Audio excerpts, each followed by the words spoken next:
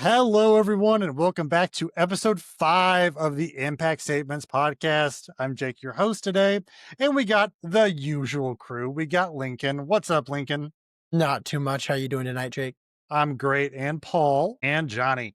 Sup? So we're going to be doing a pretty short episode today. We're just going to be going over what's the crew playing in Vegas, what they think they're going to play, talk about that. Then we're going to get into some avatar cards really quick, and we're going to talk about what we think is good in Modern, what has chances to play, some sweet cards, what decks they go into, that sort of stuff. Before we get into that, we need to thank today's sponsor for the podcast, Impact Gaming Center. Impact Gaming Center is located in just a short 20-minute drive outside of St. Louis City, located in the fabulous Fairview Heights, Illinois. Impact is St. Louis's premier gaming store, having hundreds of singles in Magic, Pokemon, One Piece, Lorcana, and even Riftbound. Woo! Along with other TCG supplies and singles, the shop offers a large selection of Warhammer, board games, and Legos for all your hobby needs. Make sure you check out the shop online at impactgamingcenter.gg. And if you're also visiting in the area and looking for something to do, make sure to swing by the shop and check out their huge LAN center, where you can play all your favorite PC games. And finally, if you're a fan of live streaming and paper magic content, make sure you check out twitch.tv/Impact Gaming Center and Impact Gaming Center on YouTube for some awesome live magic content. Well, let's jump into it really quick. Let's talk about Vegas. Lincoln, what are we bringing to Vegas? Well, we're settled. We're running that Azorius Control Isochron Scepter Orms Chant Brew.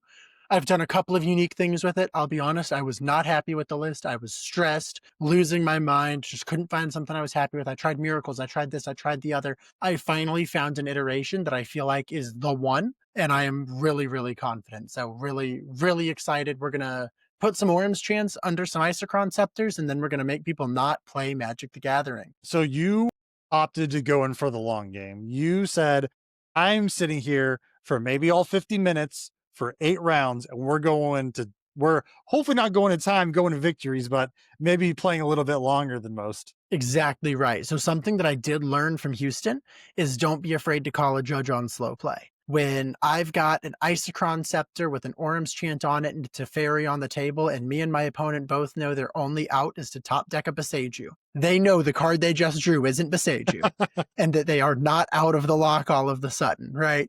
So just being able to move quick, because like you said, those 50 minutes come up quick, and you got to make sure I'm walking away from those from turns with the dub and not Nell. I like it. I like it. So, Lincoln, real quick, do you subscribe to the notion that Magic is a zero fun game or zero-sum fun game? So I actually do not. I have had so much fun both winning and losing. I do think that coming into a game and playing against Control and then being upset about it is definitely a lack of understanding how Magic the Gathering is played. Right? If your thought process is if what you love about the game is having big stuff on the table, then yeah, maybe playing against Control isn't your favorite. But if your thought process is playing mind games, trying to think of how to, do chess with your opponent, how to resolve the things that matter, then playing against Control doesn't feel so bad anymore.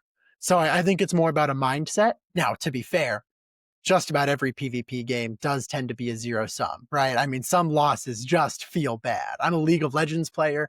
I don't know why I do it to myself. And my goodness, sometimes it's the most fun I've ever had. The rest of the time, it's the least fun I've ever had. Yeah. I can't believe you, League of Legends.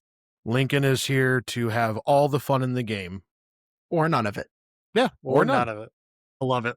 Paul, what are we bringing? Well, this time around, I'm LCQ grinding. I unfortunately didn't hit the qualification during the season. So we're bringing a plethora of different options. It's really going to come down to what does the meta in the LCQs look like? And really the trick to playing in LCQs is you want to win fast or lose fast.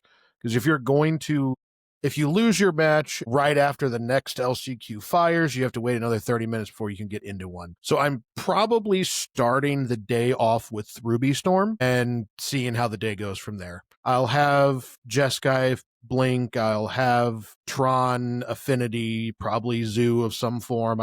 I'll have options to pivot into as the day goes on. I like it. Honestly, nothing wrong with going and hanging out with the boys, having a good time in Vegas. Exactly. And if I don't make it, I just go lose money, right? Paul, we're going to be happy to have you in Vegas regardless. So thank you for coming anyway. I like it. So you're starting off the day with Ruby Storm. That's a interesting take. I don't dislike it. Get the thinking deck out of the way first because Right. as that day goes on, it's only going downhill from here. So I respect getting the thinking deck out of the way first. And it has Johnny, a really good, just a good matchup into most of the upper end of the meta. So, yeah, you know, I hopefully agree. I run into a lot of Titan. I hope you be the Titan players too. So only a little bias there. But Johnny, what are we bringing to Vegas? We're gonna take Simic cards. Don't know exactly. I know about 60 of the 75 cards. I'm gonna play the ritual deck. I'm still not sure if I'm gonna play the Black Splash. I'm not sure if I'm gonna give this Essence Flux version a try. All I know is that I spent a lot of time ruling other decks out. It's been an interesting week of testing that got me to this point, so I'm just gonna lock in on it and just figure out the other 15 cards. What are you doing to prepare for that? Like, how are you deciding on cuts? What are you deciding? How are you doing that? So in my testing, I so basically I ruled out the thing that the decks that I'm trying to worry about. I'm trying to figure out if I can up percentage points in some matchups that I think I'm going to expect while not trying to dip the ones that are really good already. And I'm also, a lot of it was too is just trying to learn different play patterns. How I in a lot of my testing of ruling out what I've ruled out so far, this is the first event that I've tested for that I literally had just been really indecisive. And I think the big problem with this as a whole is just modern is so wide open, and it's unfortunate when you own up to 15 modern decks and you're at this weird point where you're like, I can justify this one, I can justify this one, I played this one for a while, I'd be really comfortable with that, I can justify this one and this one and this one. And so I had my top four, and then in the last 2 weeks I had a Gauntlet didn't go my way, but for some reason with this deck, the Simic deck, I can win games with it. So I also think it's well positioned against some of the top dogs of the meta. I also think, but I will say, just because you have a lot of favorable matchups, the deck has still got a lot of really hard decision points. So I just need to make sure I get myself mentally ready for a long day of grinding. Like, I might be going to time more than Lincoln in my playtesting experiences. So because you don't really win the fastest, but you do grind the hardest, and I think that's what I'm gonna have to lock in for. So, Johnny, I really need to know. You mentioned it yesterday, but it was late. We didn't have the time to dig into it. I'm really curious what, through your testing, made you rule out certain decks. Well, do you want me to get deck specific here of what I ruled out? I'd love to. Yeah, I'd love, like you said, there were a lot you were thinking of. Why were you playing one deck and you thought this? So this could be me in my anxiety kind of playing tricks on me, but I'll go through my entire process. So as of 2 weeks ago, Simic was my front runner. But when I was doing a lot of my data analysis and just looking up things, I was seeing Brood Scale pop up a lot. And so I was like, I did grind that deck a lot right before my qualification, even though that's not the deck I qualified for. So that was really running on my mind. And then I was really considering the Just Sky Blink decks because I was before that testing a lot of the Esper Blink deck. But then as soon as I was starting to really kind of test that deck, it lost a lot of flavor for the Jeskai one. The one big thing I noticed with the Jeskai deck, so you think, a lot of people that know me really well, they think they assume that's the deck I'd play because it has a lot of the stuff that I've had success with. It has a lot of cards that it's just my personality and my play style. But when I was testing the deck, I'm going to be honest, I went 0-9 in testing with the deck. So, and that's me looking up different notes and seeing what other people are doing and watching a little bit of content on it. And I think I understand the play pattern, but it's just sometimes the decks just don't click with you. So I took that as a sign of it's not working. And sometimes that happens. I might have maybe got discouraged. Maybe I was just playing some things wrong, but I kind of was I feel like if I keep trying to force playing the quote unquote best deck of the format, I might put myself in more duress. I'm like, let's just get off this deck and just be done with it. So I ruled that deck out. The other deck I was considering at the time, so before going into all this, was Belcher. Because, as a lot of people know, I wear many hats. When I qualified, I was literally going to be like, okay, we're just going to play Belcher. I'm sure Belcher will be good by this point. Well, after Houston, it really looks like Belcher is I think it honestly would be fine this weekend, but since I haven't like practiced, I'd probably be a little rusty with the deck since it was on the bottom of my list. So I kind of ruled that out. So then I had to come down back to, do I play Brood Scale or do I play the Civic deck? And the reason why I fell back on those two, because I felt like to me, I feel like the meta that we're going to see in Vegas, besides a couple outliers, is still going to be very fair. I think it's going to be primarily a lot of fair decks. Because one thing that I've noticed over the last couple weeks is the Zoo's had a huge uptick. I mean, if you look at the online results of last weekend, Zoo won a lot of challenges. Like Zoo was just like, "Hello, don't forget about me." But I think it's because the Doorkeeper Troll is positioned really well when there's solitude all over the format. And the Simic decks, the Simic decks alone, because the Thrall also shuts off the ATBs and it's a 1/2 that flies. So it kind of stonewalls a lot of my decks. Yeah, so that card's like I think positioned really well right now, which is why I think Zoo's positioned pretty decently well. But what it came down to me was, I've had more success fighting against the Blink deck on Simic than I did with Brood Scale. And I think, I'm gonna make the assumption that it's probably safe to say that if I were to theoretically play 15 rounds of Magic, it's pretty safe to say that up to like 4 or 5 of those rounds could be Jeskai. So my thought process was go with Simic. It's felt good. I played it in a win a set of Mox Opal event, top 8'd it, felt fine. There was a lot of little intricacies that like I wasn't, I had to learn the hard way. But after some testing and just getting more reps with the deck, I think that's just where I've found it on because I'm comfortable. It's got some stuff that I like to play. I think I'll have a lot of fun with it, and I think it'll give me a lot of ways to outplay my opponent. That's where I ended up with, and I thought that you get because I also took into consideration fun and a deck that's positioned well in some of the statistical categories. So that's my long Stellar. spiel. Stellar. No, thank you for sharing that with me. I know you were between so many things, and I mean, it was just really, it was, I was going through a similar process, right? There's just so many options, and that's one of the things that you run into, like you said, with these diverse formats. There's so many options, and all of them are good, right? Like Yeah, right. it's hard to identify a clear winner. There's so many good options. So just being able to find what really ticks with you is important. And yeah, I think that preparing for Blink, you got to do it. I'm really curious to see if Reanimator is going to show up in a big way. It's shown up in a really big way at basically every tournament for a while, but it doesn't seem to perform representative to its population at these tournaments. So I People keep are thinking, loyal to that deck. yeah, I keep thinking one day it's going to die. One tournament, it's going to be like barely there because it keeps being the most or second most played deck and shows up sometimes the least in top eights and 32. So it doesn't look like it's performing, but people don't seem to be getting off of it. So you still have to respect it. Anyway, yeah, thank you for sharing all that, Johnny. I really appreciate it. I feel like a lot of these decks, whatever the room is the least prepared for in the sideboard when it comes to like Reanimator or Storm or Dredge or any of these, being the format a specific angle, whatever people are prepared the least for, I just feel like sometimes it gets a lot of like bonus points in Yeah. the winners category.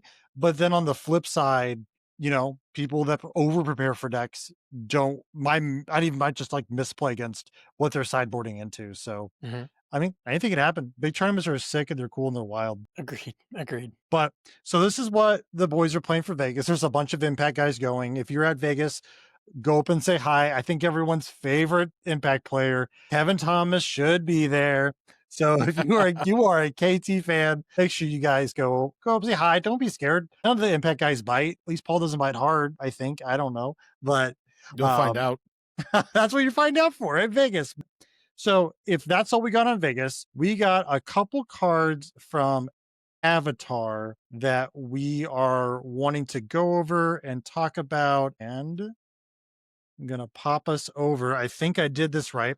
So the first card that we want to talk about today is Wan Shi Tong Librarian. It is a blue X legendary creature, bird spirit, mythic, and it has Flash Flying Vigilance, so 3 pretty good keywords. When Wan Shi Tong enters, put X +1/+1 counters on him. Then draw half X cards rounded down. Whenever an opponent searches their library, put a +1/+1 counter on Washing Tong and draw a card, and it is a 1/1. So this is kind of a Aven Mind Sensor, Hydroid Crisis, multiple cards kind of put into one.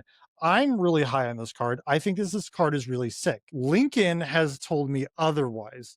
What? Tell me about it, Lincoln. Yeah, absolutely. So this card, let me tell you, looks really cool. And I don't want to say that it's bad necessarily, but I think in modern people search their libraries a lot, but it is one Shitong just plays into the worst spot of it. So generally you're playing out your fetch lands as early as possible so that you can fetch out surveillance and what have you. One Shitong is not going to be hitting the table that early. Or you're playing something like Amulet Titan and your Summoner's Pacting or Green Sun Zenithing when you're ready to win the game. So there's definitely some interim there that happens, some expedition mapping, some Green Sun Zenith that's just to go get an Arboreal Graze or Dryad Arbor. There's definitely a lot of that that does exist. But I think when you trim the ends, the I'm ending the game and I'm fetching for surveillance on turns 1 and 2, you're going to find about 20% of library searching that still happens when one Shitong is on the table to benefit from it. I think that vigilance is huge. Just flying vigilance are big keywords for this card to have. So I do think that's going to be really valuable. But just all in all, I think its highest value will probably be I'm getting a cat visitor. There you go. Um, One of the biggest pieces of value you're going to find is playing this as an instant speed Hydroid Crisis. If you can run it in a control shell, honestly, I thought about running it in Azorius Control, the list that I'll be playing, where you don't really want to deploy a win condition until you're ready to win the game. You want to lock up the board and then be putting a win condition on the table. And I kind of thought about locking up the game and then all of a sudden, bang, one Shitong with 9 mana sank into it, draw a bunch of cards, do a bunch of things.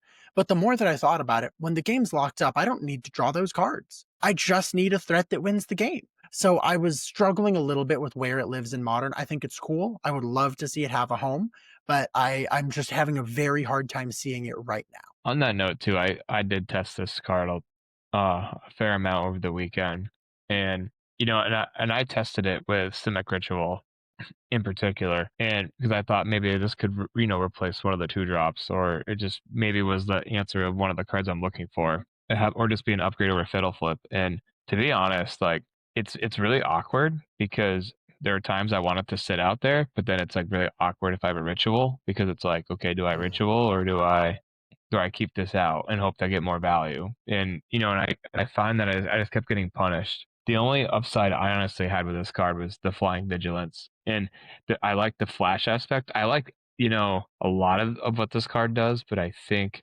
um, I'm also hesitant because lava dart is everywhere, Yeah, right? that's So like also a problem. right. So a lot of like your red base removal like can really, respond to, the counter trigger, and then, just a lot of like a lot of things to it. Like I think it's overhyped. I think it will be good at some point. I think it will find a home, but I just don't think it's gonna find a home right now. I think y'all are crazy. I think this card's sick. I think this card has homes and decks you guys aren't playing. And I think this card is not a Simic Ritual card. I don't think this card is a blue-white control card. I think this card slots into a a solid mid-range aggressive deck where a 2 mana flash creature that I mean, honestly, I think that middle line of enters and gets counters is more flavor text because Mhm.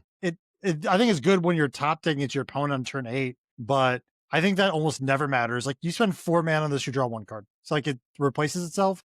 I will say the one downside is Krasis triggered on the stack at least. So this card doesn't. But I think this card fits into like some sick mid-range shells where you're trying to, like counter control. It's also a spirit, which is important. There at one point in time, spirits was a actual competitive modern deck. Sure, typal decks aren't competitive anymore, but I think, hey, if it's going to be something, it honestly, I'd rather have been a spirit or a wizard. And as long as it's one of those, I think that part does matter. I would think harder about it if it was a cat, elemental, nightmare, dinosaur, or beast. I Crazy Casey, you're actually a player. I actually thought this card might be good in the is it shells because it plays more into like an is it planned. So that's one thing I was gonna kind of check out after Vegas is like, can this be like in some sort of is it wizard type deck because it's a flash threat and it's just like something you can just do that plays I can into that plan. also, yeah, I can also see this fitting somewhere into a Jake, don't get too excited. Teamer ish, like a bunch of demolition fields and ways to make your opponent forced to be searched. Paul, we already have that. And guess what? It's called death and taxes. Your opponent wants to Exactly. pay to search. You flash this in. They're like, oh man, I just paid the 2. Now I can't respond to your washy tongue. And then you're off to the I'm telling you, all right, blue white D&T, we are here for it. Jake, I'm ready. I'm ready for it. I want to see it so bad. I will, believe me. Well, you can get yourself recruiter of the guard. Sure can. I like it. All right. All right. Next card up is Badger Mole Cub. Is a green 1/2 creature. Badger Mole. Who would have guessed? When this creature enters Earthbend 1, if you don't know what Earthbending is, we'll read it this one time. Target land you control becomes a 0/0 creature with haste. That is still a land. Put a +1/+1 counter on it. When it dies or is exiled, return it to the battlefield tapped. Whenever you tap a creature for mana, add an additional green. And it is a 2/2. So this card is seeing some play in Yogg shells and other green creatures matter shells as I am the best mana dork. It's really good green sun target. It's the best mana dork when you turn your lands into creatures, even when the creature dies, even like the land dies, it still comes back. You can turn Urza Saga into a creature, and when Urza Saga dies, you just get the Urza Saga back for free. Like that seems pretty sick. I like that a lot. What do you guys think about Badger Mole? It's cool. Very descriptive. But no, I think Badger Mole will fit in very well in with my card that I'm going to talk about here in a minute. So, I mean, it's super neat. I think just personally, we're going to find Earthbend be a bit of a way to gum up the board more than anything else. I mean, make them lands with haste, and all of a sudden I have a blocker for Ragavan, right? Like, I feel like we're going to see him be used to gum up the board a little bit more than we will as creatures for banging in or for a fetch land that I crack that then comes back, get some Ren and 6 type action going on. I think some of that will definitely exist, but I think playing into the mana dork side of it is kind of the best way to do it, because then guess what gets to block Ragavan? Not my Bird of Paradise, this forest. So I think that looks a little bit better if you run it that way. But yeah, super cool. I'm calling it now. Titan's going to find a way to abuse Earthbending, and with the land coming in back specifically tapped, they're going to find a way. This card can get hit by Green Sun Zenith. Down with Amulet Titan. All right, let's talk about our next card. Look, we got next. We got Tough, the first Metal Bender. Is a all right. Naya 1, legendary creature, human warrior ally. It's a rare 3/3. Non-token artifacts you control are lands in addition to their other types. They don't gain the ability to tap for mana. So, and then at the beginning of your end step, Earthbend 2. Paul, tell me about it. So, I am really interested in this card. I don't know if I'm just kind of lost in the sauce here or what, but I can see the beginning of the instep Earthbend 2 being the biggest part here. That with fetch lands, that with Urza Saga, that with land destruction lands, there's a Ponza deck that got created with Avatar coming out, and I'ma find it. Because you have this, you have the new, and I'm terrible with card names, 2-drop destroy a land. It already has a printing that you use to ramp off your own undestructible lands. Cleansing Wildfire. That one. There's a new Cleansing Wildfire that can hit an artifact or a land. You have there's a deck in here somewhere, and I'm gonna be a menace while I try to find it. I want to see how Toph can play. I like it. I'm never gonna say no to a multicolor, like a 3-color card. That's always Right. that's always good in my book. I think there's only one big challenge facing this card here, which is that it really is leaning into the affinity type strategies, which are very far away from Naya today. Yes. And they're also very kind of like lenient with their colors, and being Naya is very specific. Yeah. Mhm. So I think it's playable, but we're gonna have to see some pretty real brewing to make it playable. All right. Next card we have is Phoenix Fleet Airship. This card is so cool. It's a black 2 4/4 artifact vehicle flying. At the beginning of your end step, if you sacrifice a permanent this turn, create a token that is a copy of this vehicle. As long as you control 8 or more permanents named Phoenix Fleet Airship, this vehicle is an artifact creature. So we've never had an effect like this in Modern before. You play this on turn 4. Let's say you cracked a fetch to crack to fetch to play it. You on turn 3 used a Ragavan treasure to play it. You know, there is a lot you can do to get this out early and have its ability trigger on the same turn.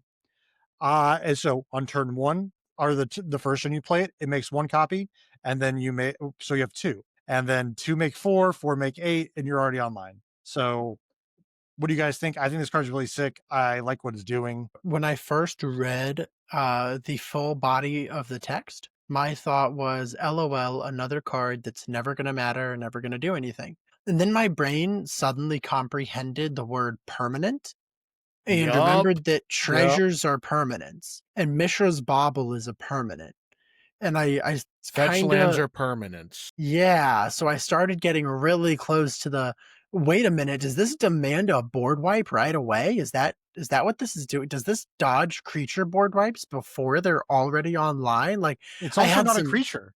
Like right, this is yeah. So you kind of like dodge the supreme verdicts before you have 8 of them that makes them creatures. So like I first saw this and thought it was going to be really lame. Now I'm thinking I might have to watch out for it. That doesn't seem all that hard to trigger. I like it. Next card, we have Aang Swift Savior. Is a blue white 1 legendary creature human avatar ally. It is a 2/3 flash flying. When Aang enters, airbend up to 1 other target creature or spell. Exile it. When it is exiled, its owner may cast for 2 water 2 what if rather than mana cost. And then water bend 8. I forgot to pull up the flip side of it. Aang and La Ocean's Fury.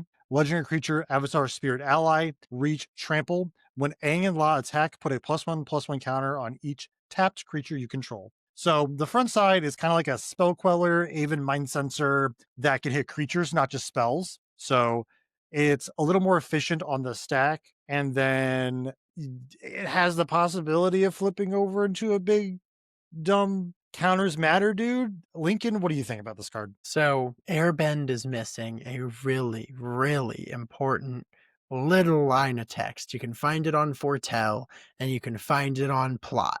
And it is exile it. While it's exiled, its owner may cast it on a later turn for XYZ. Airbend does not say that. So I really want to play this card. I think this would line itself really well with the Azorius type control. I get to stop my opponent from doing something bad, kick a galvanic discharge that's going to blow up my Narset, something like that. Boop, kick it into the ether. I can buy another turn to resolve my day's undoing or what have you. Like just whatever scenario I need.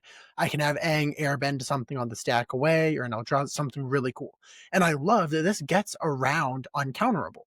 Because Airbend, hey, I'm just exiling it. It's the old subtlety thing. I'm targeting the spell. I'm not countering the spell. Cavern of Souls doesn't stop me. I love it. I love it. But it doesn't say on a later turn. So if your opponent has 2 more mana to spare, the usefulness of this card just goes away. Um, Otherwise, it delays them for a bit. But what if you're playing against Primeval Titan and they have infinity mana and all I need to do is just stop them from resolving Titan, but all I have is this guy? Well, now they have infinity -2 mana and they still win the game. And that's the way that I see this playing out too often. But if it just said on a later turn, oh, I'd be all in on this card. I mean, I would be pulling my subtlety and 1 copy of Solitude and I'd be throwing Aang in there.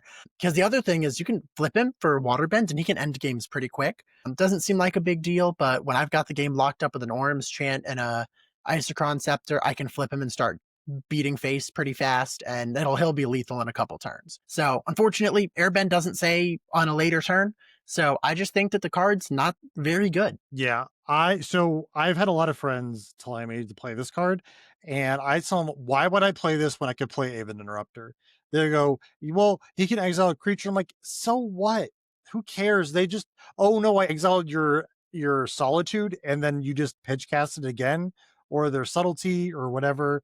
I he doesn't even like exile the spell with like spell queller. If you have like little Teferi out, like that's a combo. I've won off Aven Interrupter by copying it with Fable the Mirror and against Titan, and they just delay that game every like turn because they can't recast that Titan until the next turn. And then on top of that, I just don't think, other than being an ally or a human, kind of like the card type doesn't really matter. He's a 2/3, which still dies to bolt. I think this card's a big whiff. I think it's cool in other formats, but I don't think I'd play this card in modern. I said it before and I'll say it again. I'd like him a lot more if it said on a later turn and if he was a cat, elemental, nightmare, dinosaur, or beast. Come on, human, avatar, dinosaur ally? Come on, do me a favor. Next card we got is Great Divide Guide, green 1/2/3, creature human scout ally. Each land and ally you control has tap, add 1 mana of any color. I want to bring this one up. There's a allies a super popular commander. They do a bunch of things. If you wanted to play a toolboxy deck, this guy's probably really good in that deck, with like Aether Vial and that sort of stuff. Will allies ever be a competitive mono deck? Typal creature decks don't really like work right now. And I think if you're going to play anything, the more important part is that he's a human. So this card probably a whiff, but I just want to make it known. Hey, him with Badger Mole Cup's pretty sick though. That is true. But Badger Mole's not an ally, so Mattered. he's just a Badger Mole. It's human. It's a creature tapping for mana, so it doubles it. That's true. All right, we got Firebending Student, a red 1/1/2 creature, human monk, prowess. Firebend X, where X is this creature's power. Firebending is whenever this creature attacks, add X red. This mana lasts until end of combat. So this is like a prowessy, uh, it's a go prowessy slick shot show off that gives you mana instead of just making it massively big really quickly. I've seen people talk about this in prowess. I think slick shot is still the better card just because this number one, this has to attack. It has to live through combat, and you're still putting your pump spells where slick shot can just one shot someone, and this one can't. You can kill a little faster with this card thanks to firebending, but you have to like also play a pump spell pre-combat really to make sure it's big enough. What do you guys? Do you have any thoughts on this card? I don't know, man. I think you said it. Slick Shot's just better.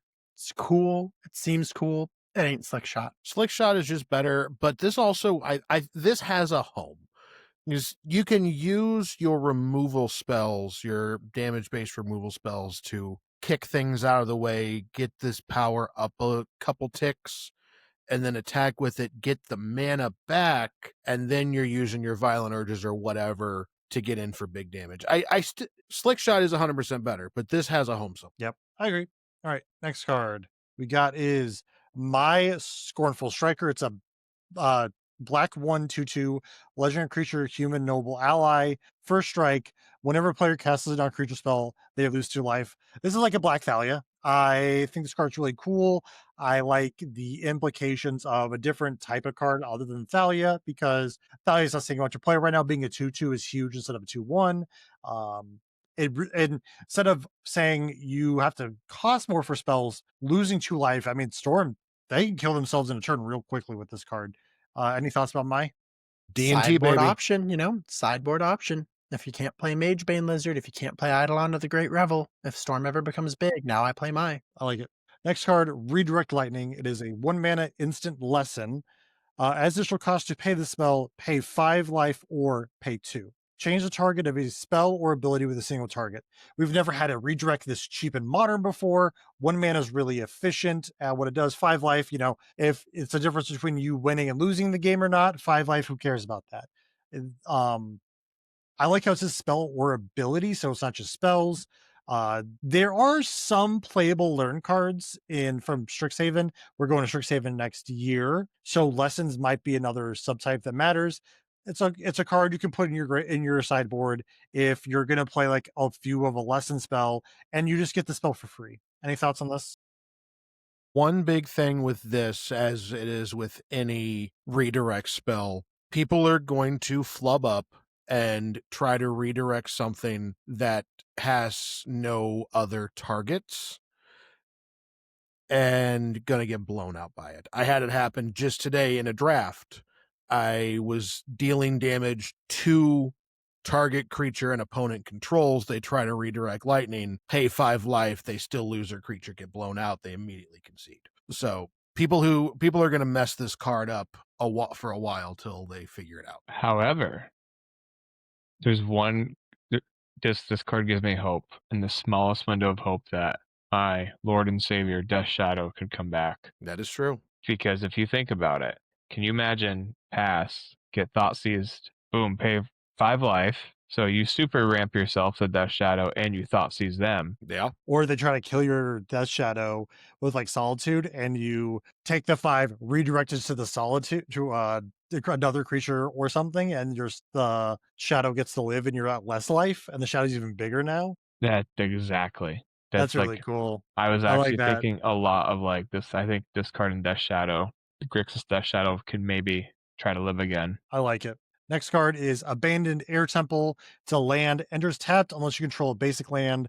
Taps add just white, and you can pay 3 and a white to put and tap it to put a +1/+1 counter each creature control.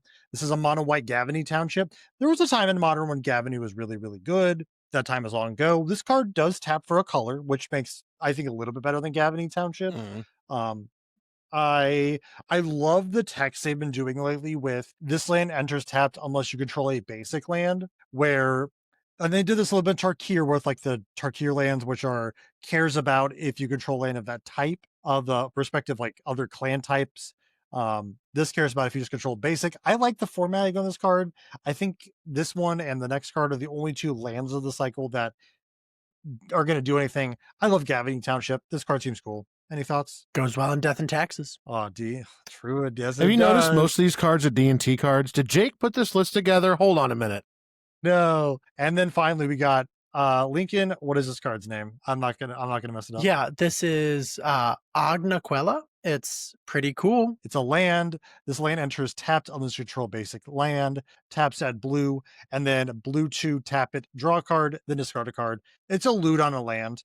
There's no like stipulations of like you got to do this thing first, because we've had that a couple times where they put loot on the land, but only if you've done this, like only if you've played an instant sorcery or something dumb like that. This is just free Loot loot. on a land.